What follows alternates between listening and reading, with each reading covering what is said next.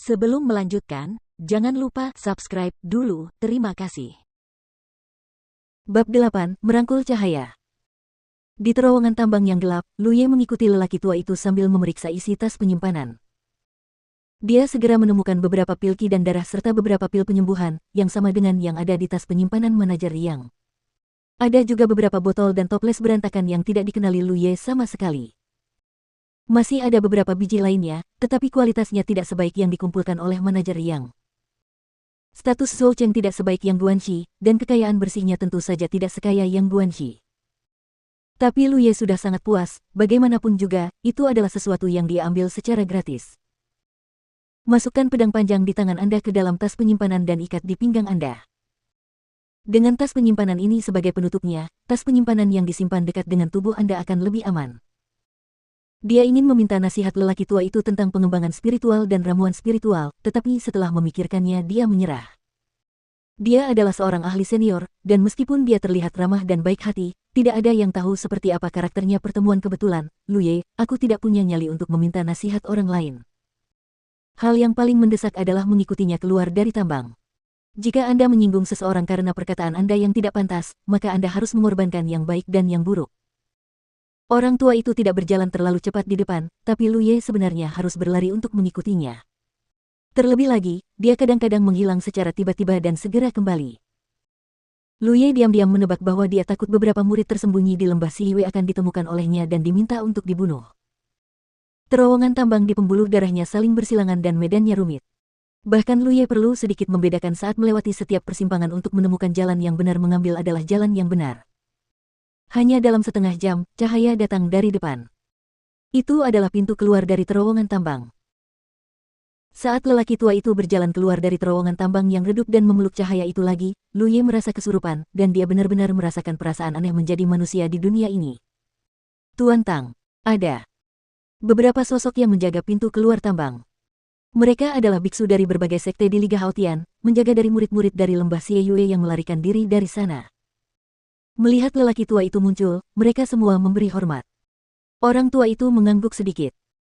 Salah satu biksu paruh baya terkemuka memandang Luye dengan ragu dan bertanya, Tuan Tang, dia adalah... Orang tua itu berkata, seorang murid sekte Suantian yang dihancurkan setahun yang lalu diculik di sini untuk bekerja sebagai budak pertambangan. Dia membantu saya sedikit dan membawanya keluar sepanjang jalan. Biksu paruh baya itu mengerti dan melambai kepada biksu muda di sebelahnya bahwa dia untuk mencatatnya. Ya. Biksu muda itu menerima perintah itu. Dia berkata kepada Luye, ikuti saya. Luye menoleh dan melihat ke arah Tuan Tang. Dia ingin mengucapkan terima kasih, tetapi Tuan Tang sudah langsung berjalan.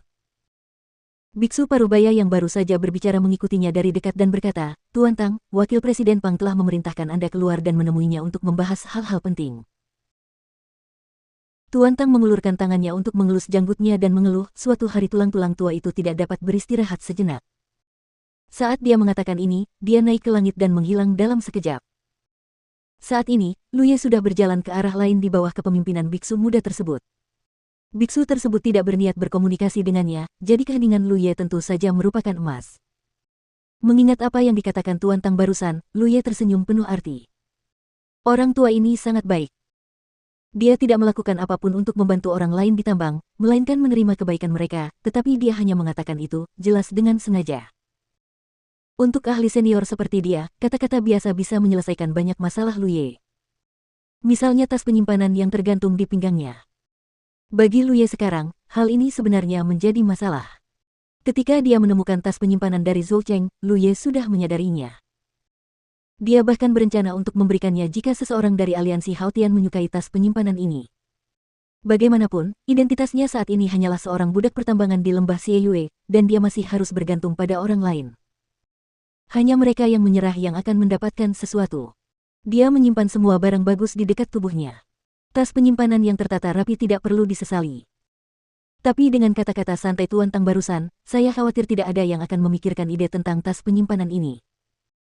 Pada akhirnya, dia tidak bisa mengungkapkan rasa terima kasihnya secara langsung, yang membuat Luye sedikit menyesal, tapi seiring berjalannya waktu, akan selalu ada peluang. Di luar terowongan tambang terdapat sebuah lembah besar yang dikelilingi pegunungan di tiga sisinya.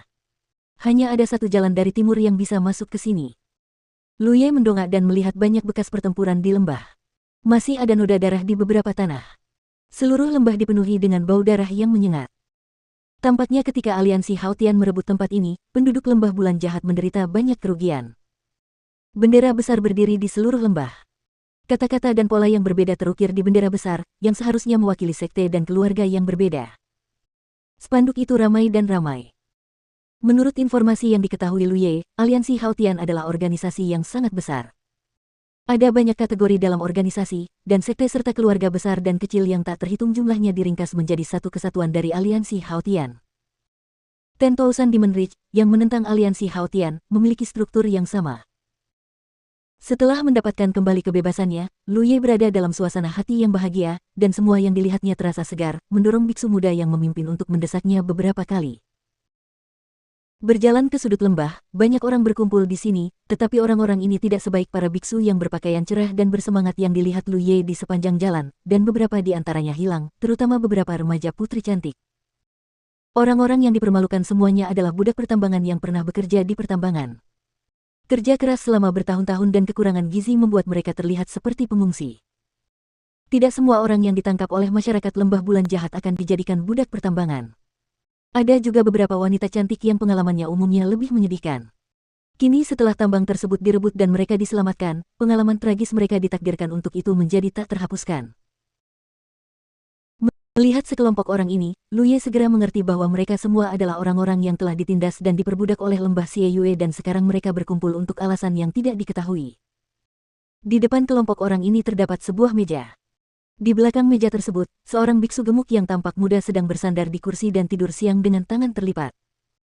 Biksu muda yang memimpin Luye maju dan mengetuk meja dengan ringan. Biksu gendut. Itu begitu bersemangat hingga hampir terjatuh dari kursi.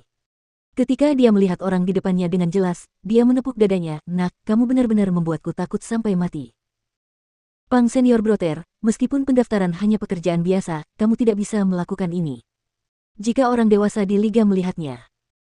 Sebelum dia bisa menyelesaikan kata-katanya, biksu gendut itu melambaikan tangannya dengan tidak sabar, "Aku tahu, saya tahu." Tian Luo bertele-tele seperti seorang gadis. Dia berhenti dan bertanya, "Ada apa?" Biksu muda itu menyingkir dan mengungkapkan Luye di belakangnya, "Daftarkan dan verifikasi identitas Anda." Sepasang mata. Matanya hampir tidak terlihat karena lemak di wajahnya, tapi saat dia melihat Luye, mata kecilnya tiba-tiba terbuka dan menatap tas penyimpanan di pinggang Luye.